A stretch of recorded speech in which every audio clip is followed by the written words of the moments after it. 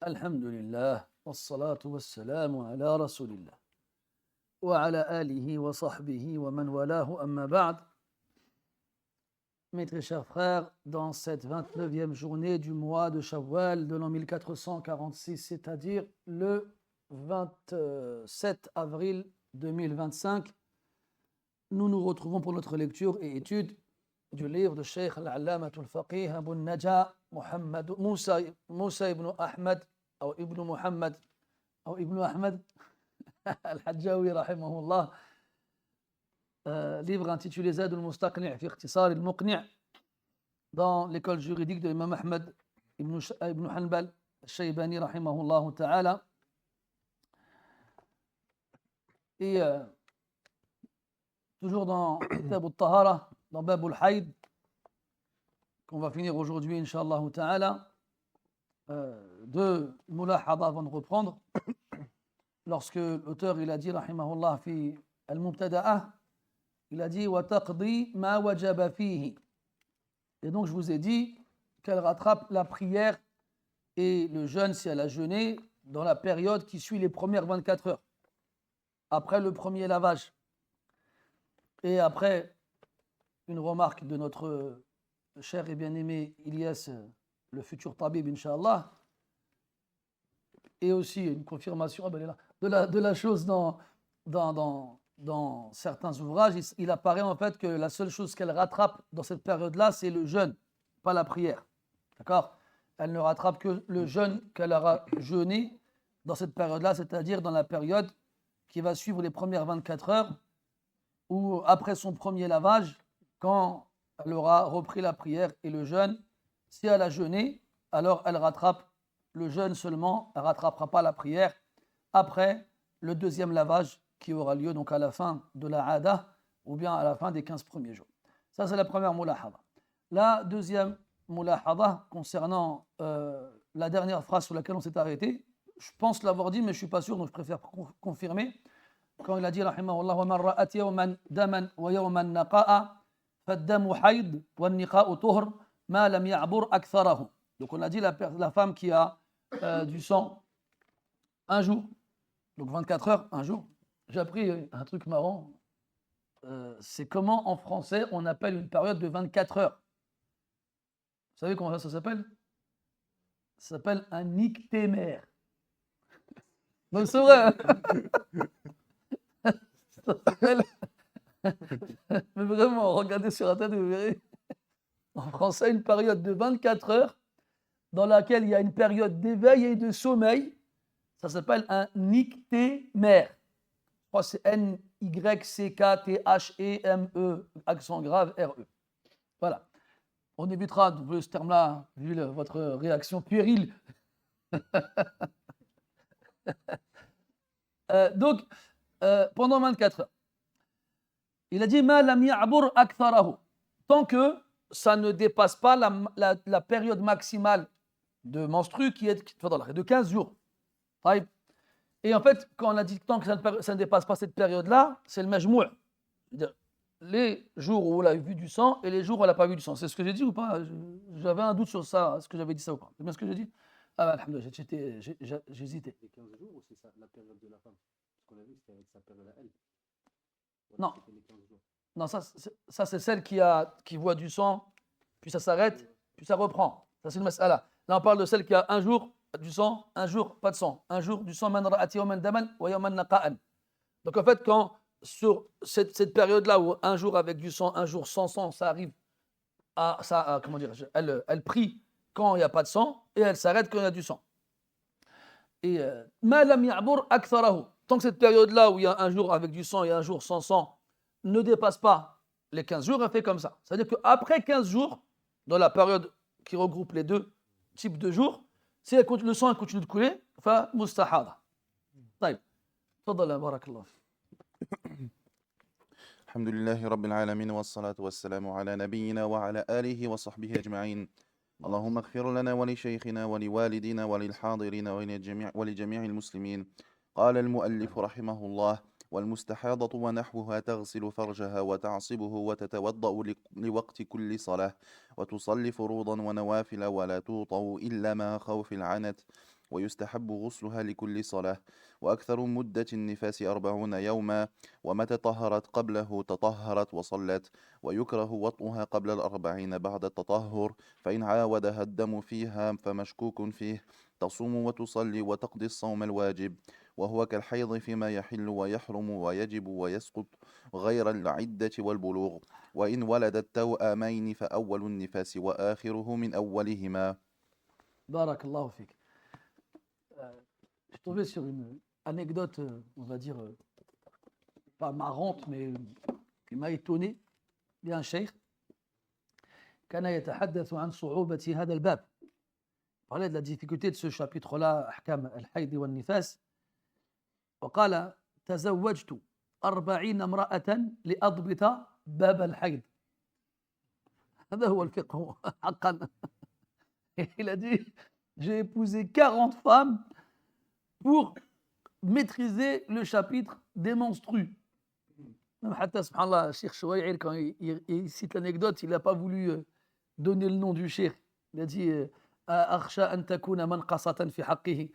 يعني il a eu peur que ça soit mal interprété, que ça soit pris comme un défaut. ولكن بالعكس هذه منقبة وليست منقصة لمن كان له عقل. Et فعلا très souvent, donc même حتى quand vous voyez dans les doros des mashayikh sur Bab al-Hayd et tout ça, on voit très bien que les gens ils ont du mal. Et les shuyukh ils répètent que ضبط مثل هذه المسائل بتكرارها والصبر عليها مدة طويلة. Ils disent que pour maîtriser ces masaïl-là, il n'y a pas d'autre moyen que de les répéter, répéter, répéter, et surtout de faire preuve de patience sur une longue période. Et c'est pour ça que ينصحون بقراءة كتاب مختصر يشتمل على الأحكام الفقهية مرة كل عام. C'est pour ça qu'ils conseillent aux mutafaqih, à ceux qui sont sur la voie du tafaqquh, de lire tous les ans un mukhtasar. Tous les ans, tu en lis un. Comme ça servira de répétition. Mathalan, tu commences avec Bidayatul Abid, après tu fais Umdatul Talib, après tu fais Akhsar al-Mukhtasarat, après tu fais Zad al-Mustaqni', après tu fais Dalil al-Talib, وهكذا tartaqi. Tous les ans, tu lis un kitab mukhtasar. Ou là, le furu' aussi, il y a d'autres kutub, même si on ne les a pas vus, il y a d'autres kutub qui sont écrits là-dedans. تقرأ على مدى السنوات, et à force, بإذن couche après couche, ça finira par rentrer. وسبحان من لا يخطئ. قال رحمه الله: والمستحاضة ونحوها. Donc المستحاضة التي أصيبت بالاستحاضة, celle qui est touchée par الاستحاضة, par les métrorragies. On a vu c'était qui. ونحوها, et assimilé. Qui peut être assimilé à la mustahada? أحسنت. صاحب السلس, l'incontinent. Donc ils ont fait un qiyas avec celui ou celle dont certaines choses sortent, notamment les urines ou les selles, indépendamment de leur volonté, l'incontinent. Donc on leur a donné les mêmes règles. On a donné la même règle à l'incontinent que celles qui viennent al-mustahada par rapport justement à tathir, par rapport à la façon de se purifier et par rapport à la façon de prier. لماذا؟ لأن العلة هي خروج شيء من السبيل أو السبيلين, وهذا في الأصل ينقض الوضوء. Parce qu'à la base, là on est dans quelque chose qui sort d'un des orifices. Et on a vu que tout ce qui sort des orifices annule les ablutions. Et si on demande al-mustahada ou al-salis, sahib al-salis, de refaire les ablutions à chaque fois que quelque chose sort alors que ça sort en continu, هذا يستوجب مشقة عظيمة. Et ça va imposer une énorme difficulté. Et moi, من باب رفع الحرج المشقة تجلب التيسير كما تقرر. Et dans le but de lever la gêne, alors la difficulté entraînera la simplification. Donc qu'est-ce qu'ils font? المستحاضة وصاحب السلس تغسل فرجها وتعصبه. Donc premièrement, لابد من غسل الفرج لأمرين, من باب إزالة النجاسة ومن باب الاستنجاء المطلوب قبل الطهارة. Donc premièrement, il faut se laver les parties intimes. Déjà premièrement pour se débarrasser des impuretés, Et deuxièmement, pour faire l'istinja qui va précéder les ablutions. وتعصبه أي تجعل في فرجها خرقة أو ما يقوم مقامها لمنع سيلان الدم وتلوث المكان. تعصبه, entre guillemets, elle l'attache. C'est-à-dire qu'elle va y introduire donc du coton ou quoi que ce soit, comme aujourd'hui les tampons hygiéniques, ou quoi que ce soit d'autre, les tampons ou bien les serviettes hygiéniques pour les femmes et pour toucher de métrorragie, et pour ceux et celles qui sont touchés d'incontinence. Alors à ce moment-là, il existe des couches, et le but c'est de ne pas salir l'endroit où ils vont prier avec le sang ou avec les déjections. وتعصبه وتتوضأ لوقت كل صلاة.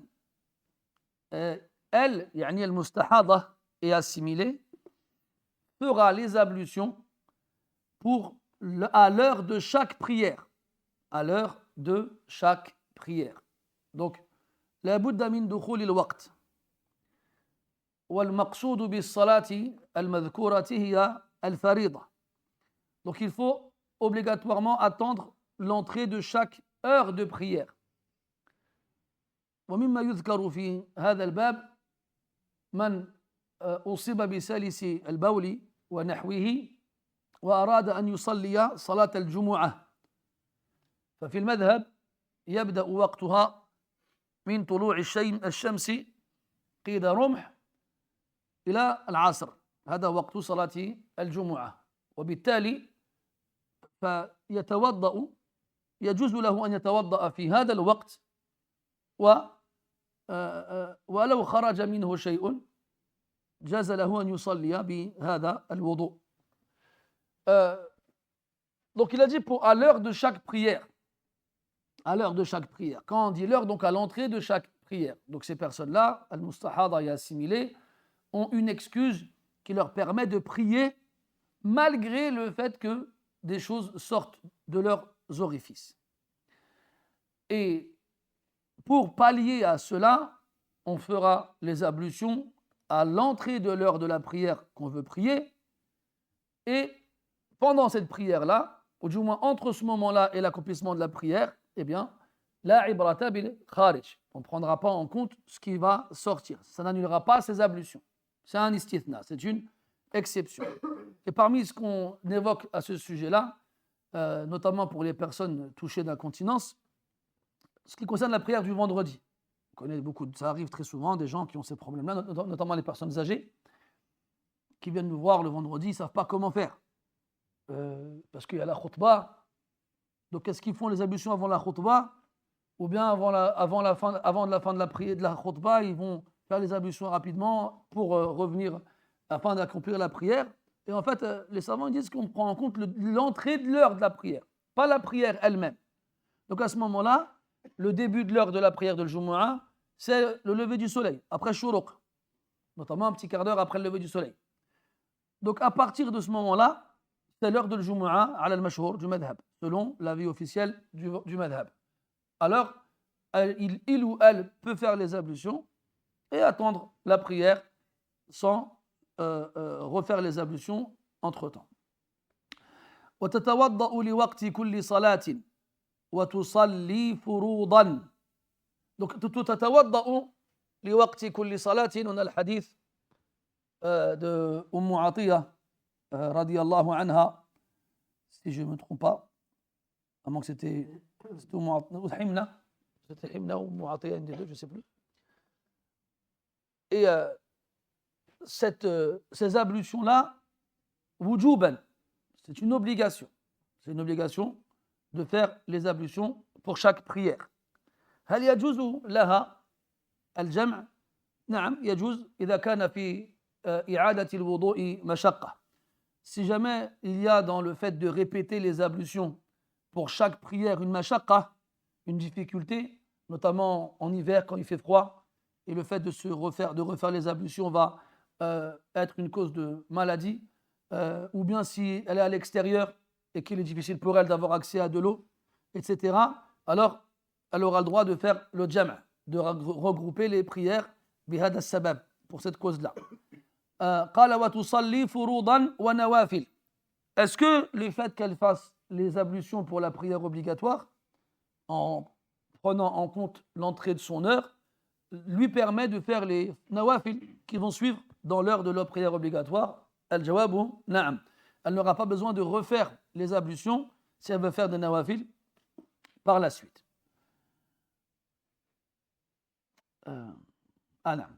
ولا توطأ إلا مع خوف العنت. يعني المستحاضة لا توطأ. On n'a pas de rapport avec elle. Il n'y aura pas de coït avec elle. إلا مع خوف العنت. Sauf si on craint la difficulté. العنت بمعنى المشقة. العنت يعني la difficulté. ومنه قوله تعالى عزيز عليه ما عنتم. ما عنتم أي عنت. Il est difficile pour lui de supporter ce qui crée pour vous de la difficulté. Alayhi salatu wassalam. Et donc, la femme qui a des métrorragies, de par la présence de sang, يقولون أن وطئها لا يحل لأمرين.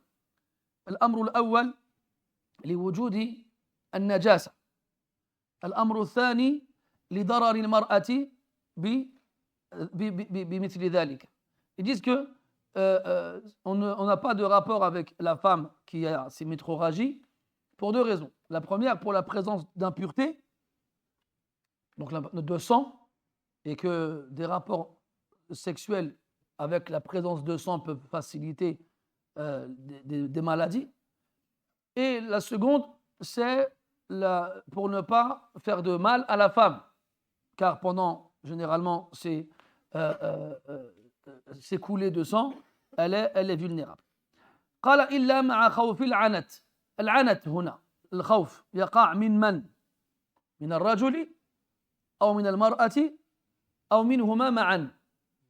منهما معا، مع أن الأصل أن خوف العنت يكون من الرجل. Quand il dit ici, sauf si on a peur de la difficulté. Quand on parle de difficulté, c'est-à-dire de la difficulté de supporter cette abstinence forcée, c'est-à-dire que l'homme, privé de rapports intimes, tombe dans la difficulté. La difficulté de quoi? Il craint de tomber dans le péché.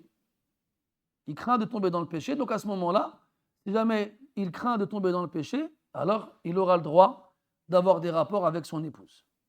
Même si elle est istihad.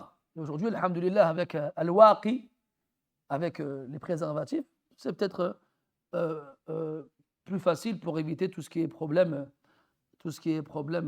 de maladies infectieuses. Et quand on dit khawful anat, on a donc de la part de l'homme, pardon, comme de la part de la femme. Si aussi la femme elle a des besoins durant cette période-là et qu'elle a peur de tomber dans le haram, alors malgré la présence de sang, elle pourra avoir des rapports avec son époux. Illa ma'a khawfi al-anat.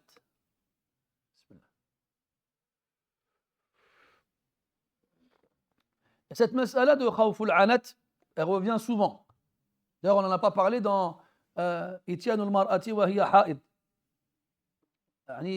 La femme qui est indisposée. Est-ce que l'homme qui a peur de l'anat, de la difficulté, notamment ils appellent ça al-shabaq. Al-shabaq, bon apparemment sur le plan médical, ça reste à prouver, mais c'est tellement présent dans les livres de fiqh que c'est difficile de nier son existence. Dans tous les cas, ils font référence à un problème en rapport avec les bourses de l'homme, dont il craint une fissure, dont il craint une ouverture. Si il reste trop longtemps sans avoir de rapport.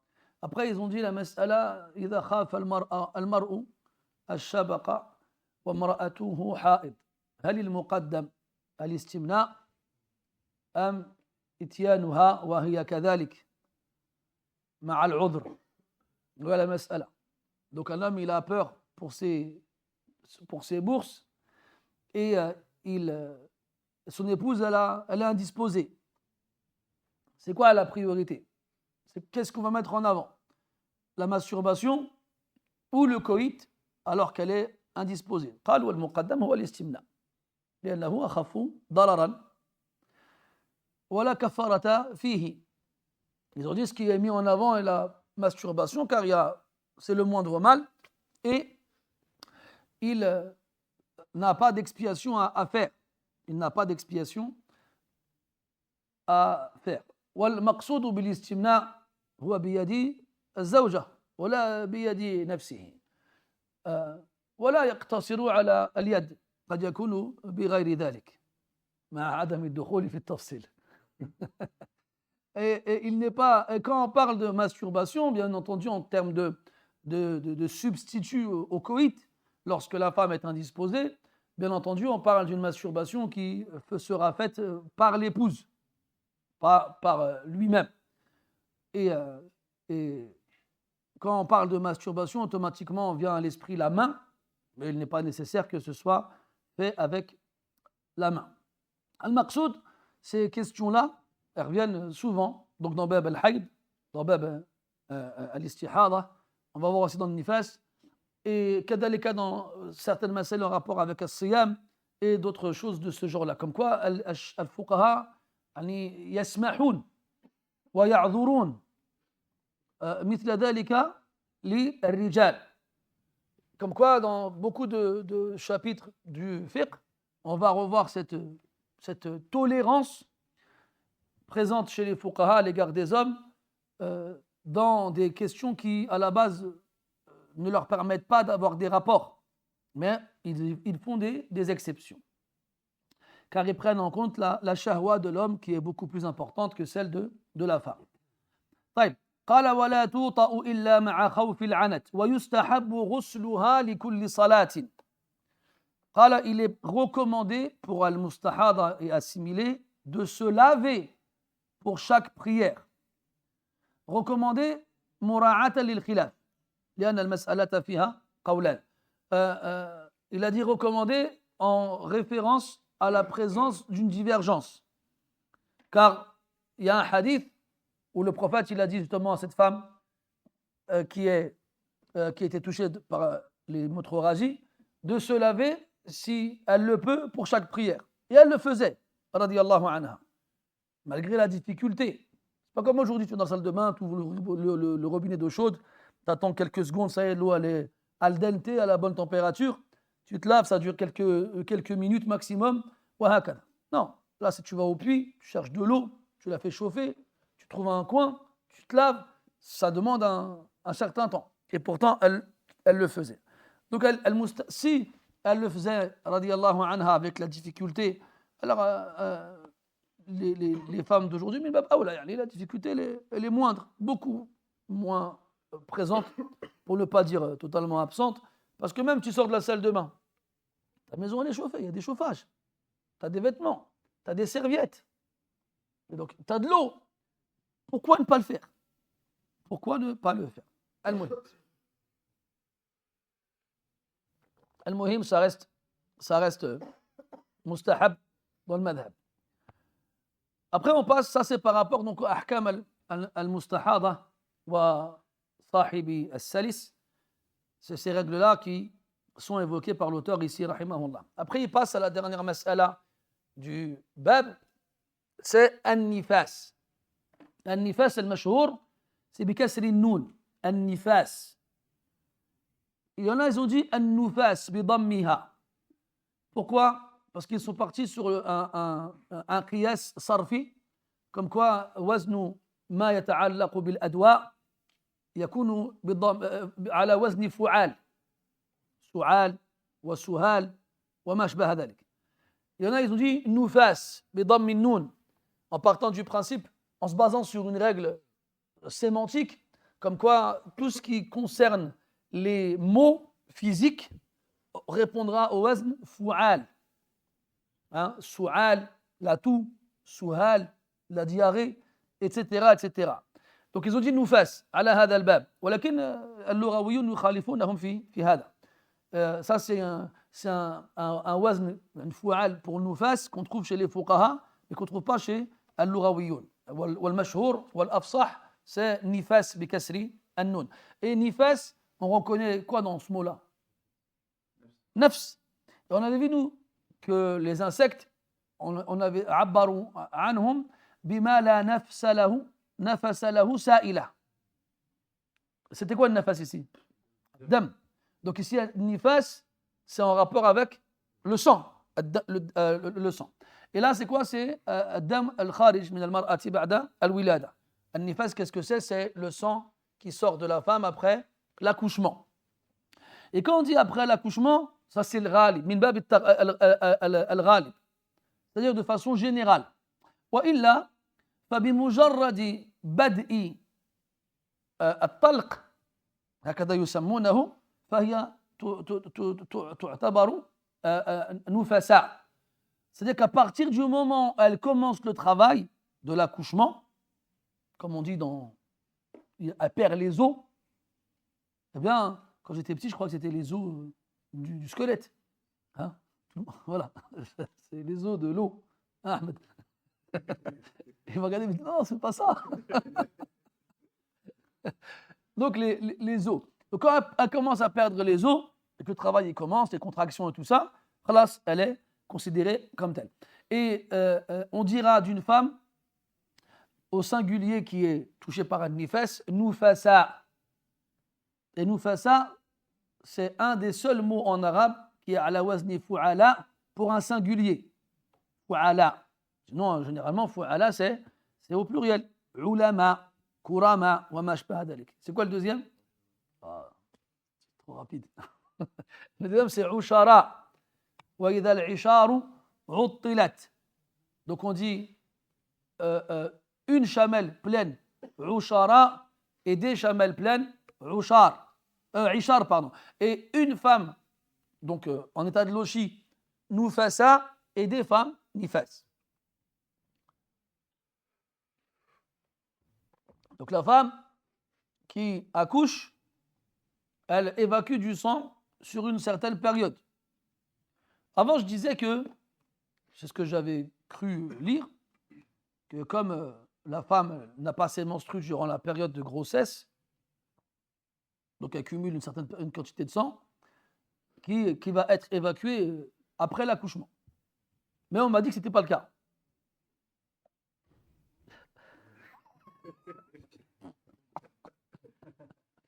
On m'a dit que c'était pas ça, ça n'avait rien à voir. Donc, je ne sais pas. J'aurais bien voulu as'al wa ahla dhikri, lakin la ajiduhum. Ala kulli hal. Bon, on n'est pas des médecins, donc on ne va pas rentrer dans un domaine qu'on ne maîtrise, qu'on ne connaît pas. Je ne veux pas dire qu'on ne maîtrise pas. Mais dans tous les cas, la femme, pendant une certaine période qui suit l'accouchement, elle va avoir des saignements. Et cette période-là, en général, elle avoisine les 40 jours. C'est pour ça qu'il a dit Aktharu muddatin nifas arba'una yawma. 40 jours. قال ومتى طهرت والأفصح بضم الهاء طهرت ويجوز طهرت ومتى طهرت قبله تطهرت وصلت. يعني la femme qui a ses lochis, la période maximale des lochis, c'est 40 jours. Mais si la femme voit l'interruption du saignement avant les 40 jours, elle est sûre qu'il n'y a plus de sang, alors elle va donc se laver, comme elle se laverait après avoir été en janaba, et elle prie. Et elle va prier. Lakin, il restera une chose. وهو كراهة وطئها إلى أن تصل إلى تمام الأربعين. Mais il restera détestable d'avoir des rapports avec elle jusqu'à la fin des 40 jours qui suivent l'accouchement. Donc même si elle n'a plus de sang, même si elle s'est lavée, et même si elle reprend la prière et le jeûne, avant la fin des 40 jours, eh bien, il sera détestable d'avoir des rapports avec elle, makhafata i'adati ad-dam, ou aoudati ad-dam, de peur que le sang ne revienne, parce qu'il reste toujours un doute à ce que le sang finisse par revenir. Donc, ويكره وطئها قبل الأربعين بعد التطهر dans la نسخة في النسخة المقروءة عندي التطهير المقصود c'est qu'après qu'elle s'est purifiée, qu'elle s'est lavée, avant d'avoir atteint la fin des 40 jours après l'accouchement, eh bien, il est détestable d'avoir des rapports avec elle. Et il y a un hadith dans la mas'ala, le hadith de Uthman ibn Abi al-As. قال رحمه الله فإن عاودها الدم فمشكوك فيه تصوم وتصلي وتقضي الواجب. Donc, elle arrête le sang il s'arrête de couler avant 40 jours. Elle se lave. Elle reprend la prière et le jeûne. Puis, le sang revient, toujours dans la période des 40 jours. Ce sang-là, il a dit mashkoukun fi. C'est un sang duquel on doute. On n'est pas sûr de sa nature. Donc, elle prie et elle jeûne dans cette période où le sang il revient. وتقضي الواجب. Et dans la نسخة المقروءة قال وتقضي الصوم الواجب. وهذا أحسن. لإزالة اللبس. Comme dans le bab précédent, la partie précédente, في حق المبتدأة, quand il a dit وتقضي ما وجب فيه. Est-ce que tu avais dit والمبتدأة تجلس أقله ثم تغتسل وتصلي وتصوم, il y avait تصوم ou pas? Il n'y avait que وتصلي. المبتدأة تجلس أقله ثم تغتسل وتصلي ليس فيها وتصوم. Ici, il a rajouté dans une des nusakh, il a dit تصلي وتصوم. Non, enfin, il a dans les deux nusakh. تصوم وتصلي. On récapitule, une femme elle accouche, elle a du sang qui coule. Après l'accouchement. Après l'accouchement, on va dire 5, 10, 15, 20 jours. Le sang, il arrête de couler. On va dire que le maximum, c'est 40 jours. Mais elle est sûre qu'au bout de 20 jours, il n'y a plus de sang. Elle se lave, elle reprend la prière et le jeûne. Quelques jours plus tard, toujours avant la fin des 40 jours, le sang, il revient. Ce sang, on n'est pas sûr de sa nature. Est-ce que c'est du sang des menstrues? Est-ce que c'est du sang des lochis? Est-ce que c'est du sang un dam façade? On ne sait pas. Donc à cause de ce doute, on va faire les deux choses. C'est-à-dire qu'elle va prier et jeûner. Et après cette période-là, elle rattrapera ce qui est obligatoire minas siyam, pas minas salah. Elle ne rattrape pas la prière. Pourquoi elle ne rattrape pas la prière? Pour la difficulté du fait que 5 prières se cumulent jour après jour, alors elle ne rattrape pas. Et ça, c'est un qaïd, il est important, ce détail-là, parce qu'on va en avoir besoin dans la mas'ala de qada ou fawaït, du fait de rattraper les prières obligatoires. Parce que dans le madhab et dans les 4 écoles, on demande à celui qui a des prières obligatoires délaissées de les rattraper. Et ils disent, mahma kan al-adad, quel que soit le nombre de prières. Mais quand ils disent ça, est-ce que c'est un itlaq ou bien c'est un itlaq muqayyad bi qawlin akhar, bi hukmin akhar?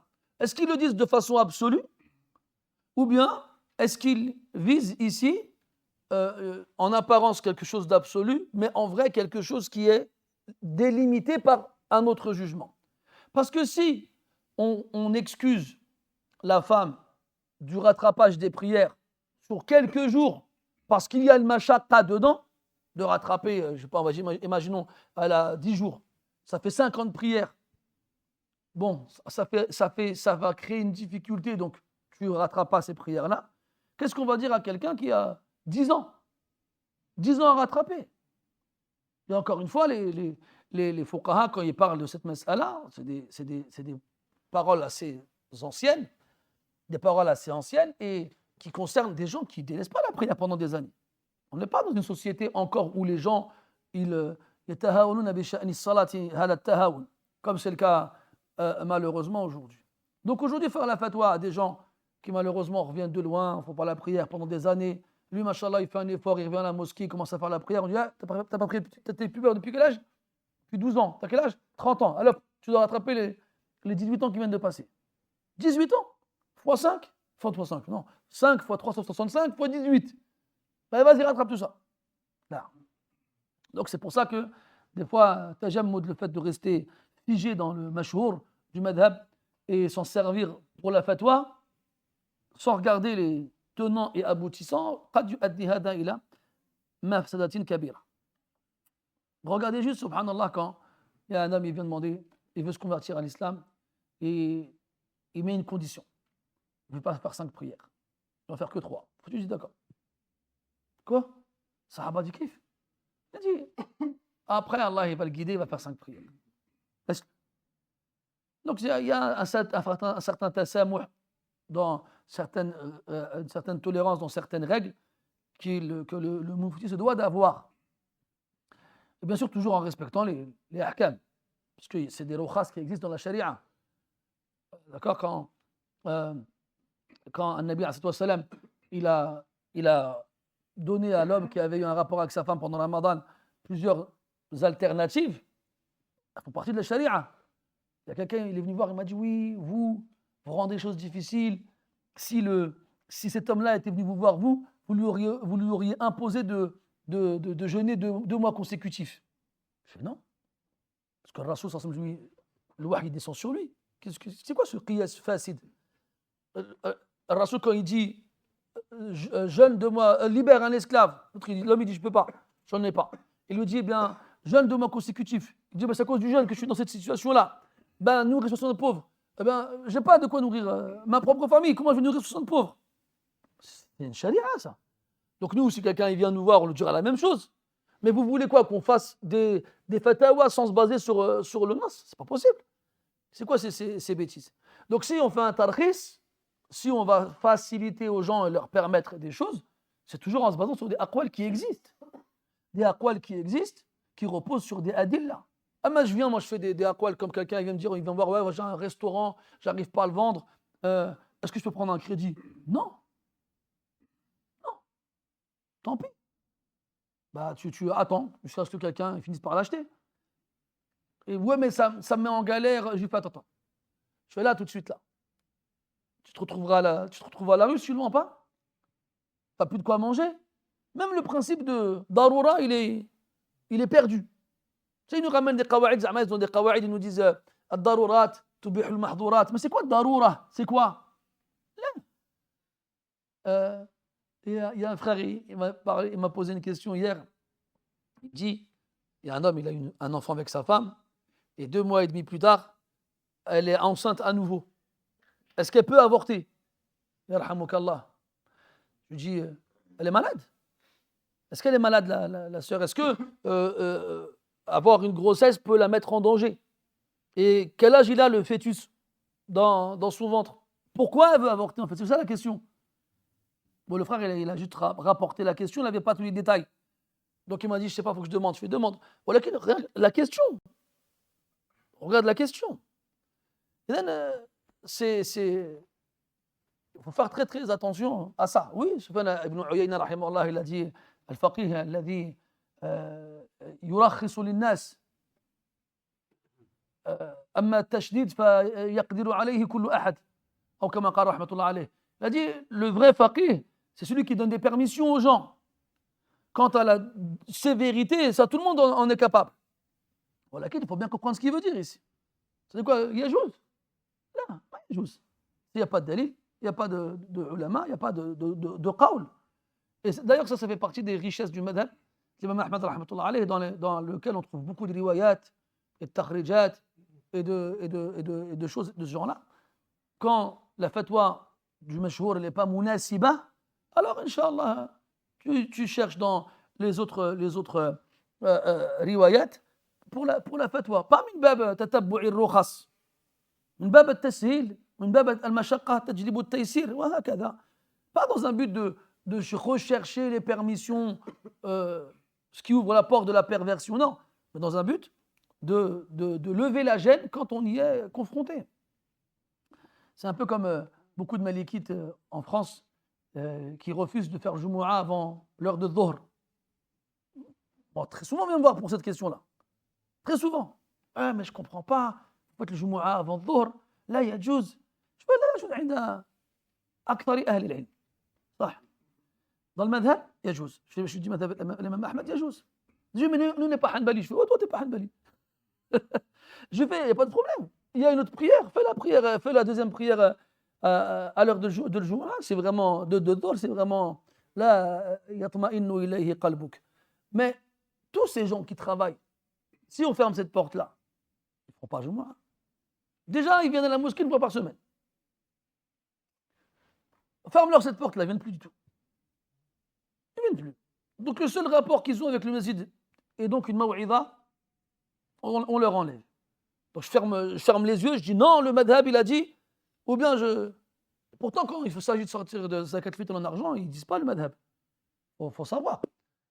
Si tu étais un vrai maliki, tu dirais qad qamat as-salat une seule fois dans l'iqama, tu prierais bis-sadl et tu sortirais la zakat al-fitr en nourriture. Etc., etc. Donc lui, il est là, il dit qad qamat as-salat 2 fois, il fait le qabd, il sort la zakat al-fitr en argent, mais Jumu'ah, il faut la faire à l'heure de Dhuhr. Moi, je ne comprends pas. Moi. C'est quoi ce... je ne comprends pas. Ala kulli hal, on a dit... نعم تقضي الواجب elle rattrape الواجب يعني الصيام. طيب أما الصلاة فلا تقضيها. قال وهو كالحيض فيما يحل ويحرم ويجب ويسقط. C'est-à-dire que le nifas, dans ses ahkam, est exactement comme le hayd, dans ce qui est licite et illicite, dans ce qui est obligatoire et dans ce qui ne l'est pas. Donc il est illicite pour elle d'aller à la mosquée, de prier, de jeûner, de faire tawaf, de faire l'i'tikaf. Forcément, c'est lié. Tawaf, il faut l'i'tikaf. Tawaf parce que c'est une prière, donc elle est indisposée, elle ne fait pas de tawaf. Elle l'i'tikaf, c'est à la mosquée, c'est indisposée, elle ne va pas à la mosquée. Wa yajib, wa yasqut. Et dans ce qui est obligatoire pour elle, et dans ce qui ne l'est plus. C'est la même chose au niveau des règles. Des règles entre un-nifas et elle, al-hayd, yani entre les lochis et les menstrues. Donc on ne peut pas avoir de rapport avec elle, etc., etc. Il y a Ayoub ce matin, il nous envoie une anecdote. Je l'avais déjà lu avant. Un homme qui pose la question à Mohammed ibn al-Qasim, rahmatullahi alayhi. Non, al-Qasim ibn Mohammed. Ouais. Il fait le hajj avec sa femme. Il fait le hajj avec sa femme. Et quand ils finissent, il a tellement envie d'elle parce que ça fait quelques jours qu'il n'a pas pu à cause du hajj. Alors il trouve une ruelle éloignée des regards et il l'entraîne avec lui dans cette ruelle-là et puis il lui saute dessus. Elle lui dit attends, je ne me suis pas coupé les cheveux. C'est le hajj ou c'était l'umrah? Le hajj, hein? Et alors lui, qu'est-ce qu'il fait? Il lui arrache les cheveux avec les dents. Il lui attrape les cheveux avec les dents, il lui arrache un morceau et il a un rapport avec elle. Après, quand même, il a eu un scrupule et il a eu peur d'avoir mal agi. Et il a demandé à Al-Qasim ibn Mohammed, et Al-Qasim ibn Mohammed, il a rigolé. Il a ri. Et voilà, mes frères, si on voulait juste compiler ce genre d'anecdotes, ce serait utile. Parce que ça te montre en vrai que les hommes, les vrais, ils ont cette shahwa.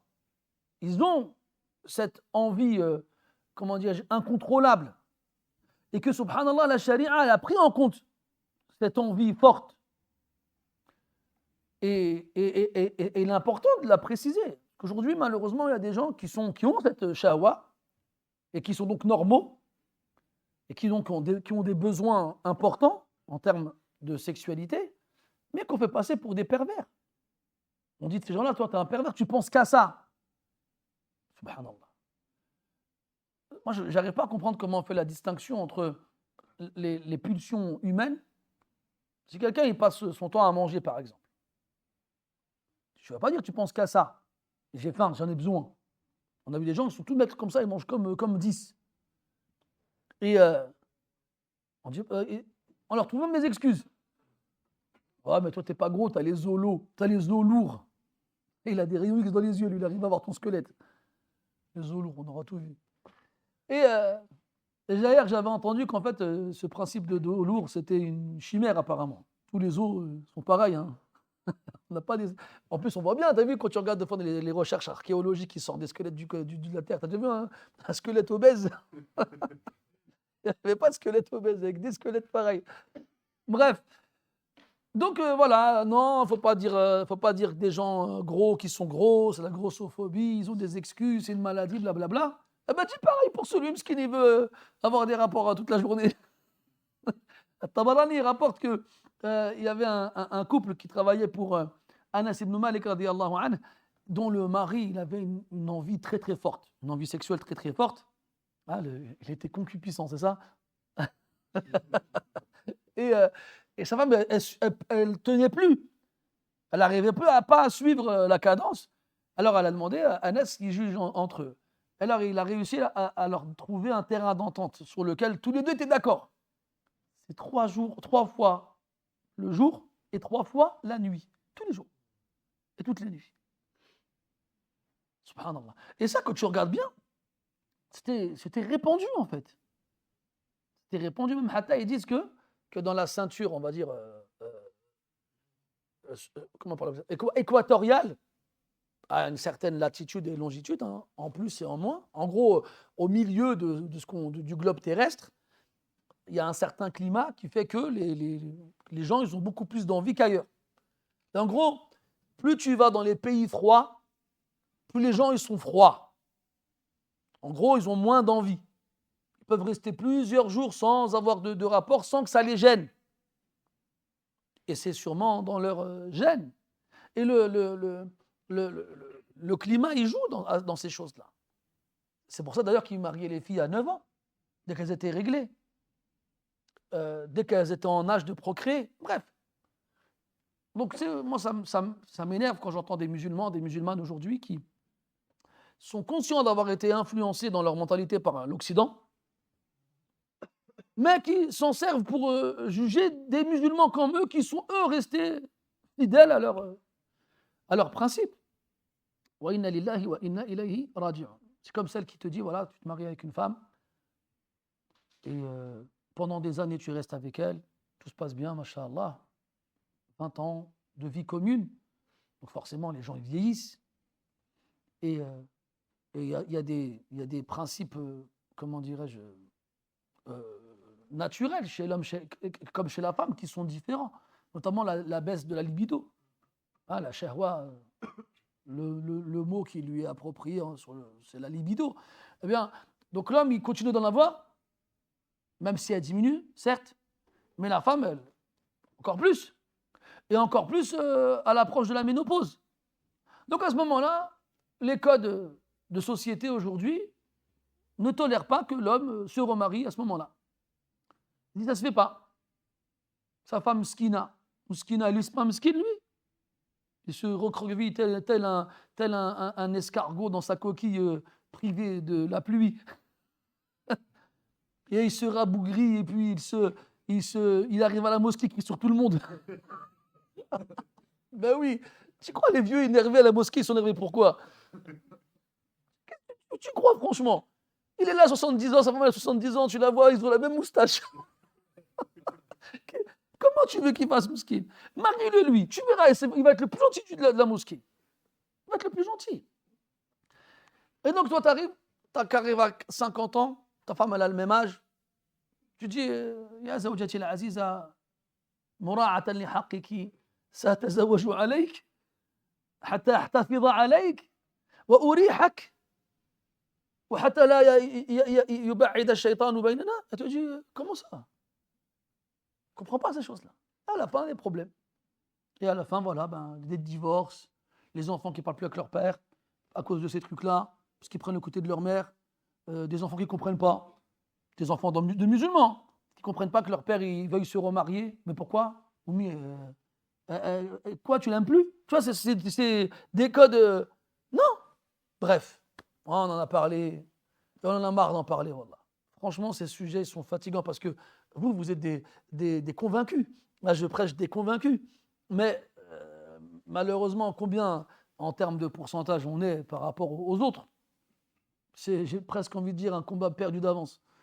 Mais Saddidou wa qaribou. Accrochez-vous. Si on n'y arrive pas, nous, on compte sur vous pour y arriver. Bismillah. Mais on est vraiment en train de vivre une azma ijtima'iyya, haqqan. On est vraiment en train de vivre une crise sociale ou sociétale. Barakallahu fik. C'est une réalité. Parce que les principes d'une société qui n'est pas la nôtre, on finit par remplacer les nôtres. Et voilà, quand tu as des musulmans qui viennent et qui disent... mais des fois, qu'une femme, elle dit ça, tu comprends. Elle défend son intérêt. Tu la comprends. Tu n'es pas d'accord avec elle, mais tu la comprends. C'est la première concernée. Mais quand un imam, un prêcheur qui apparaît sur Internet avec une jolie chemise bien repassée, une coupe au gel, une barbe un peu taillée, il est en train de défendre bec et ongle les droits des pauvres femmes opprimées en faisant passer les hommes pour des pervers détraqués. Je ne comprends pas. Leste minna. Normalement, tu es avec nous, normalement. Ajib, wallah. Moi, je ne comprends pas, wallah. Allahul musta'an. Donc, وهو كالحيض فيما يحل ويحرم ويجب ويسقط غير العدة. Est-ce que les lochis sont considérés comme une période de menstru dans la viduité de la divorcée? Donc déjà, la femme qui est enceinte peut être divorcée. Et sa idda s'arrêtera le jour où elle va accoucher. Déjà, avant de parler de la mas'ala, est-ce que le nifas, c'est un qur? L'auteur dit non, ce n'est pas un qur. ولكن ما حكم طلاق النفساء? Quel est le jugement de divorcer une femme qui est dans ses lochis? Ça rentre dans وهو كالحيض فيما يحل ويحرم. Ça rentre dans la phrase précédente, comme quoi les lochis sont comme les menstrues dans ce qui est licite et illicite. Est-ce qu'il est licite de divorcer une femme qui a ses menstrues? Là. Eh bien, il sera illicite de divorcer une femme qui a ses lochis. لكن هل يقع. Mais est-ce que malgré l'interdiction de divorcer une femme qui a ses menstrues ou ses lochis, le divorce, il est considéré comme valable? Il est considéré comme valable. Ça, c'est على المذهب على المذاهب الأربعة. Comme quoi, الطلاق البدعي واقع. Comme quoi, le talaq qui n'est pas permis, il est quand même valide. Il est quand même valide. غير العدة, donc si une femme elle est divorcée pendant son nifas, ça ne sera pas considéré comme un qur, une des périodes de menstru qui fait partie des trois périodes qu'elle doit observer pendant la idda. والبلوغ, est-ce que le sang qu'une femme va avoir après l'accouchement nous permettra de dire qu'elle est pubère? Parce qu'on a dit que al-hayd min alamat al-bulugh. Les menstrues font partie des signes qui indiquent la puberté. Quand une fille elle a ses menstrues, alors on peut juger qu'elle a ses pubertés. Mais imaginons une femme qui n'a pas eu ses menstrues et qui se marie. Et que cette femme-là elle a moins de 15 ans. Parce qu'on a dit que dans l'absence des signes, c'est 15 ans qui, dans le madhab, qui nous feront considérer la personne comme pubère. Donc elle a moins de 15 ans, elle n'a pas eu de sang. Elle s'est mariée. Et elle tombe enceinte. Elle tombe enceinte, tu vas me dire, techniquement, ce n'est pas possible. Mais supposons. C'est ce que les fuqaha ils ont dit. C'est comme ça qu'ils sont arrivés à cette conclusion-là. Donc elle n'a pas eu de sang, elle se marie, elle a moins de 15 ans, et elle tombe enceinte et elle accouche. Et donc, il y a du sang qui coule après l'accouchement. Est-ce que ce sang-là, on peut s'en servir pour dire qu'elle est pubère? Eh bien, على المشهور من المذهب, non. On ne peut pas s'en servir de signe pour dire qu'elle est pubère. وهذا فيه خلاف بين المتأخرين. واختلفوا كذلك في نسبة هذا القول إلى المشهور من المذهب.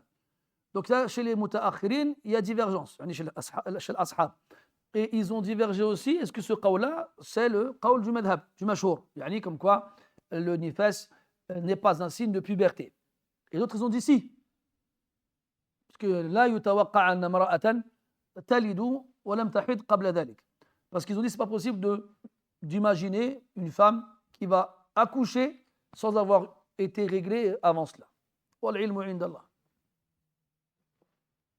Quoi qu'il en soit, dans le mashhour, selon Al-Hajjawi rahimahullah, eh bien, on ne peut pas considérer le sang des le sang des lochis comme étant un signe de puberté. Et donc, ça fait partie des différences qu'il y a entre les règles relatives aux menstrues et les règles relatives aux lochis. Donc, il en a cité deux. Al-Idda, on ne se sert pas du sang des lochis pour compter une période durant pendant la viduité, et on ne se sert pas du sang des lochis pour déterminer la puberté de la femme si elle n'a pas eu de sang avant. Dernière mas'ala, in waladat tawamain. Si la femme elle accouche de jumeaux, on ne dit pas deux jumeaux, c'est un pléonasme, parce que jumeaux c'est deux. Il laisse. Et si elle accouche de jumeaux, bien sûr, et jumelles, c'est pas khas bil dhukur, à partir duquel on va compter le début du nifas. Si le nifas dure 40 jours et qu'elle accouche 2 fois, imaginons que ça arrive des fois qu'il y ait entre les 2 accouchements 1 jour, voire même 2. Est-ce qu'on compte le début du nifas à partir du premier enfant qui sort ou à partir du second? Il a dit فَأَوَّلُ النِّفَاسِ وَآخِرُهُ min awwalihima. On considérera que le début du nifas et la fin sera pris en compte par rapport à la naissance du premier des 2 enfants. Par rapport à la naissance du premier des 2 enfants, et on ne prendra pas en compte la période qui se trouvera entre la naissance du premier et du deuxième. Et ainsi, walhamdulillah, nous clôturons Kitab At-Tahara. Et la prochaine fois, Inch'Allah ta'ala, nous commencerons Kitab As-Salah. Donc, comme on l'a dit, mes chers frères, il est important de réviser. Dans vos notes, faites vous-même des résumés et relisez-les, ne serait-ce qu'une fois par jour.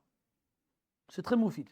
C'est un résumé de chaque bab par rapport à vos notes, à vous, se fera assez rapidement et se lira encore plus rapidement. Chaque bab.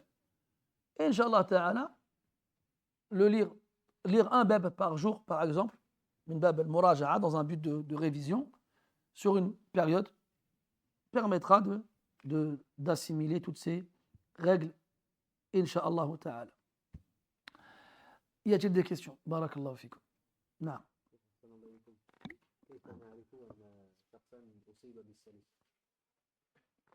إذا خرج منه شيء من غير أن يتحكم عليه فإما أن يشعر به وإما أن لا يشعر به فإذا لم يشعر به فلينظر في ملابسه الداخلية قبل إرادته الصلاة فإذا وجد بللا أو غير ذلك علم أنه قد خرج منه شيء من غير إرادته وحينئذ يكون قد تيقن أنه أصيب بالسلس وإلا ذهب إلى الطبيب وبعد فحصه أكد له الطبيب أنه مريض بهذا المرض ولكن يتميز صاحب السلس عن غيره بعدم تحكمه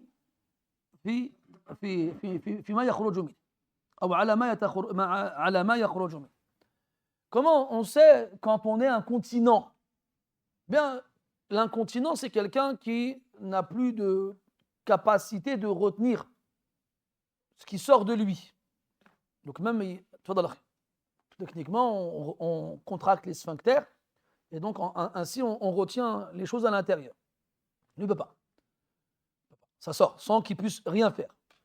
Et des fois, il sent, et des fois, il ne sent pas. Mais la plupart du temps, il sent.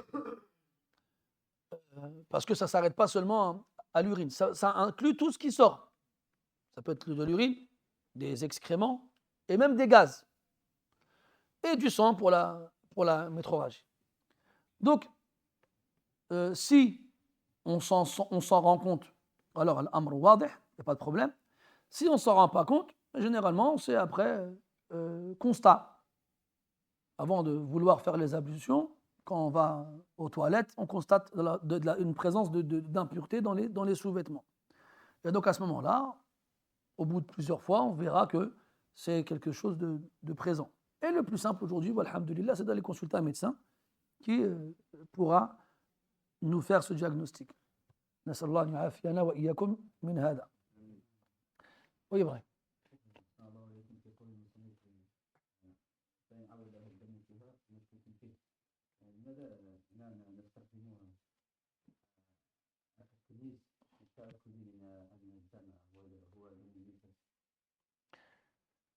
لماذا لا نستخدم التمييز؟ لأن دم النفاس قد يتغير أو قد يكون على غير جنس دم الحيض في صفاته من الألوان وما شابه ذلك. فالأحكام واحدة لكن الدماء متفرقة، فلذلك لا نصير إلى التمييز فيما يتعلق بدم النفاس. والله أعلم. لك سؤال آخر؟ لا؟ نعم. Il a dit pourquoi on n'a pas utilisé la distinction par rapport au sang qui se remet à couler après l'accouchement et après qu'elle se soit lavée. Il a dit c'est un dam mashkoukun fi, c'est un sang dans lequel on a des doutes. Elle prie, elle jeûne et après elle rattrape ce qu'elle a jeûné, d'obligatoire. Pourquoi on ne fait pas de tamyiz pour savoir si c'est du sang des lochis ou autre? Parce qu'en fait, si on a donné au sang des lochis les règles du sang des menstrues, ça ne veut pas dire que le sang des lochis est comme le sang des menstrues dans sa forme, dans sa couleur et ses caractéristiques. Donc à ce moment-là, on ne peut pas appliquer la même règle de par le fait que le sang il soit différent. Oui, laisse.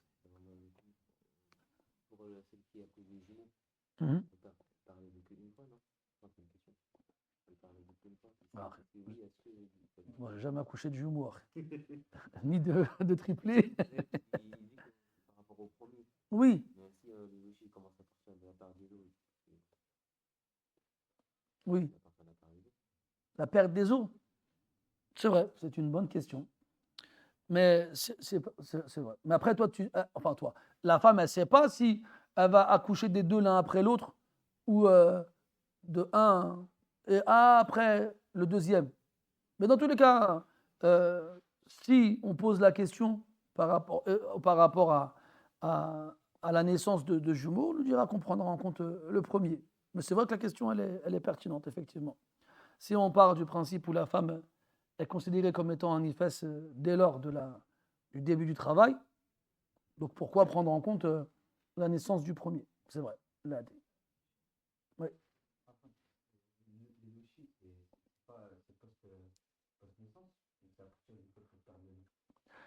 Les lochis, c'est post-naissance, c'est le sang. Mais le hukm de la femme, par exemple, est-ce qu'on va dire à une femme de prier avant d'accoucher? Ils disent non. Ils disent la perte des os la fait rentrer dans le jugement de An-Nufasa.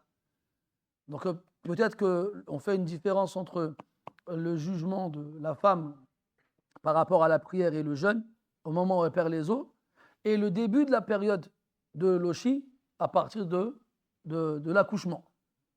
Wallahu a'lam. Ilyas, oui. On applique les mêmes règles pour l'incontinent et celui du bébé qui sort avec. Non, parce que la base, le madi, c'est pas une chose qu'on contrôle aslan. C'est-à-dire que l'incontinent comme celui qui n'est pas incontinent n'a pas de contrôle sur le madi. Donc à ce moment-là, la cause du madi, c'est l'excitation. Et s'il n'y a pas d'excitation, techniquement, il n'y a pas de madi. Et quand bien même ce serait avec excès, on ne peut pas faire un qiyas entre les deux. Et donc à partir de là, les règles applicables vis-à-vis du madi, c'est les ablutions. مع غسل الأنثيين والله أعلم. نعم. اللون والرائحة في دم النفاس لا حاجة بذكره لأن مقصود به الفرق بين الاستحاضة والحيض هكذا. لعل عدم ذكر صفات لون دم النفاس في كون دم النفاس محدود بزمن وسببه الولادة، فعندئذ لا حاجة لذكر صفاته، خلافا لدم الحيض والاستحاضة التي تقع في أوقات غير محدودة وبغير أسباب عند كثير من النساء، والعلم عند الله. وإياكم.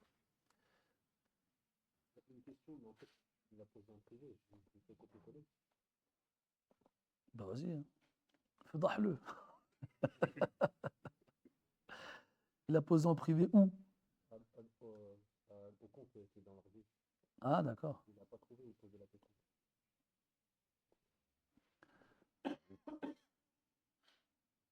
C'est bon? Oui, vous l'avez.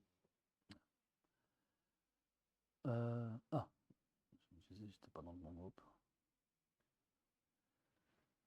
Alors, une question générale sur le fiqh et le fait de sortir du madhab dans le respect de la divergence. Dans le cas où se présente une situation où on arrive à la dernière possibilité que nous offre le madhab, pour autant en sortir et choisir un avis d'un autre madhab par sécurité, précaution et respect de la divergence entre madhab. Exemple, dans le cours 13 et le tayammum, dans le madhab, on ne peut pas utiliser une pierre pour le tayammum si on n'a pas de la terre, vous avez dit, compris comme cela. Mais si on a une pierre à disposition, n'est-il pas préférable de faire tout de même avec la pierre, car c'est valide selon d'autres madhab, comme on l'avait dit? Si on dit oui, on ouvre la porte à toutes les fenêtres. Hein? Cette personne qui pose la question, elle voit ça dans cette question-là, et un autre, il verra la même chose dans une autre question. Et à la fin, on se retrouvera dans l'anarchie. Et en plus, c'est pas comme s'il n'y avait pas de terre. Bah, tu sors dehors, il y a de la terre. Il n'y a pas de difficulté non plus. À la limite, on aurait dit, oui, d'accord, il n'y a pas de terre, mais il y a une pierre. Je t'aurais dit, et encore, déjà, premièrement, est-ce que tu sais si... dans le madhab, il n'y a pas un qawl qui autorise de faire le tayammum avec autre chose que de la terre. Donc tu ne sors pas du madhab en vrai. Et à la fin, c'est quoi le plus simple? C'est de prier sans faire les ablutions ou de prier en faisant tayammum avec une pierre. Donc le madhab, il t'a donné une solution déjà. Le madhab, il t'a donné une solution. Il t'a dit, s'il n'y a pas de terre, faire tayammum, il n'y a pas d'eau pour les ablutions, salli. On t'a al-amr. Pourquoi tu cherches autre chose? C'est quoi sur quelle base tu te reposes pour te dire que c'est mieux de faire tayammum avec une pierre? Ce n'est pas valide. Je vous donne un exemple. Chez l'Ahnaf, on peut faire le wudu avec une nabid. Taïb. C'est quoi le mieux?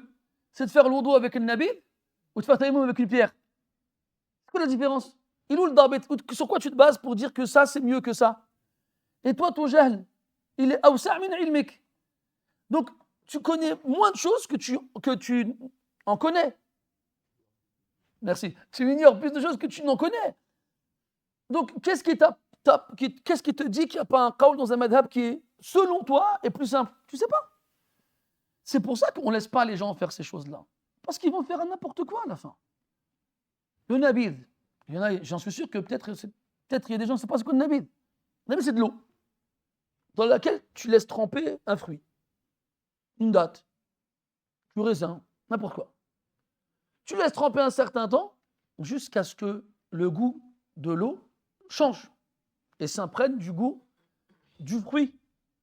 Et même au bout d'un certain temps, encore, si tu laisses encore plus longtemps, il fermente et il devient alcoolisé. Il s'alcoolise. Donc un nabid, dans les textes, c'est bien sûr quand on voit Rasoul, il en boit, c'est la période avant qu'il ne soit fermenté. Les Ahnaf, ils ont dit, on peut faire l'oudou avec. On peut faire l'oudou avec. Donc vas-y. Si tu as de l'eau dans laquelle tu as laissé tremper un fruit, c'est de l'eau. Fais les ablutions avec, il y a un qawl qui existe dans un madhab. Il y en a, ils ont dit, tu peux faire tayammum avec tout. Avec tout. Avec tout. Du bois, du ciment, du béton, n'importe quoi tu peux. Ben, prends ce qawl, c'est encore mieux. Fais tayammum avec ton frère.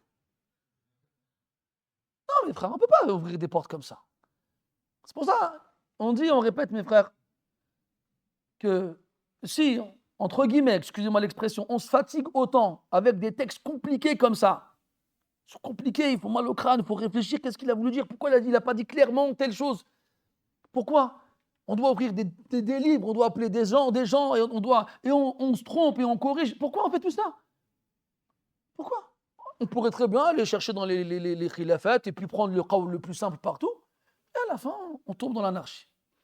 Parce que ce que tu considères toi comme plus simple, eh bien, il y en a d'autres qui ne le considéreront pas comme plus simple. Et si on dit à toi oui, on devra dire aux autres aussi oui. Et il y a un madhab qui l'autorise. Et on leur dira quoi après à ces gens-là? On se retrouvera, comme il a dit Dhahabi, rahimahullah, il a dit on se retrouvera à adorer Allah d'une façon qui n'existe personne chez les savants. Personne. C'est-à-dire que ces aqwal-là, ils existent dans des écoles différentes. Et ils sont paramétrés. Donc généralement, les gens, ils vont adorer Allah de cette façon, ou de cette façon, ou de cette façon, ou de cette façon. Toi, tu arrives à la fin, tu prends une partie ici, une partie là, une partie là, une partie là, et tu adores Allah d'une façon que personne n'a adoré, avec laquelle personne n'a adoré Allah Ta'ala auparavant. Là, on ne va pas ouvrir cette porte, barakallahu fikum. Il faut faire preuve de cohérence. Parce que la personne qui pose la question, elle dit par sécurité, précaution et respect de la divergence. Je ne comprends pas, moi, cette façon de voir les choses. Donc déjà, ça veut dire que tu es un savant. Parce que tu connais la divergence. Masha'Allah, tabarakallah. Tu la connais, la divergence? Ou bien tu connais juste deux qawls?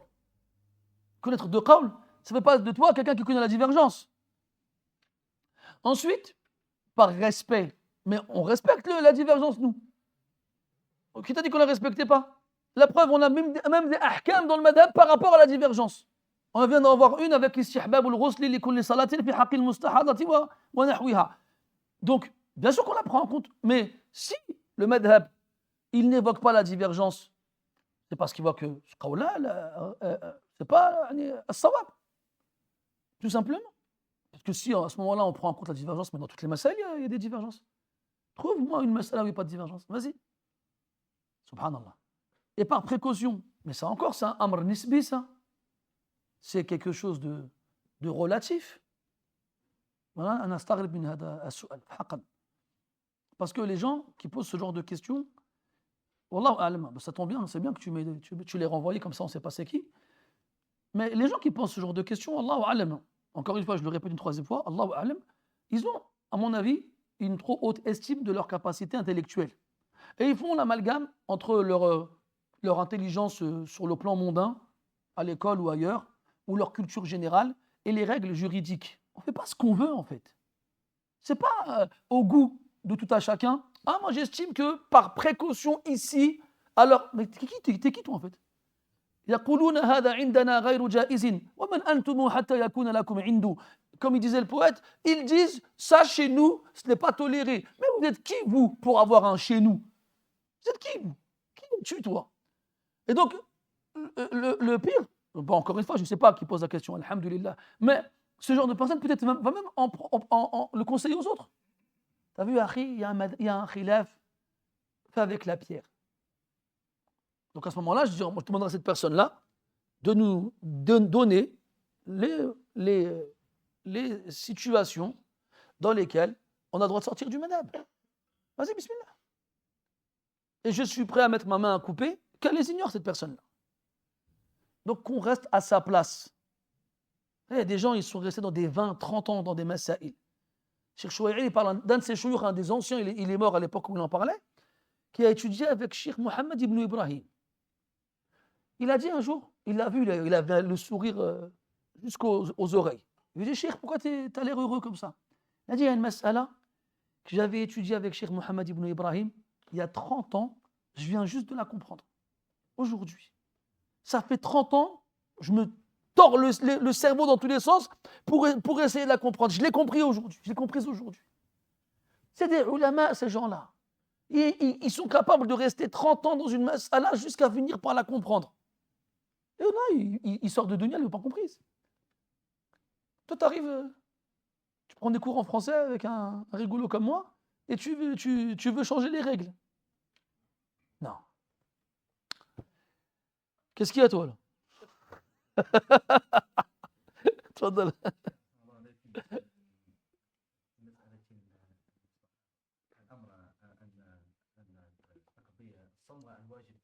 نعم نعم.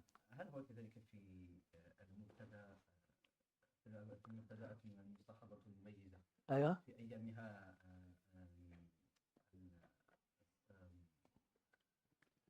السوداء الحمى نعم السوداء ايامها السوداء dans ces jours où elle avait du sang مشكوك فيه non le 24 heures non le sang elle a vu que c'était du sang de الاستحاضة. du sang clair. ايوه. Est-ce que ces jours-là Ah non, elle ne rattrape pas. Si elle est بالتمييز, elle est sûre que c'est plus du sang des règles, خلاص, elle est comme المستحاضة. mais si justement elle est dans le mustahada elle doit rattraper son temps. Non, tu confonds avec. Attends.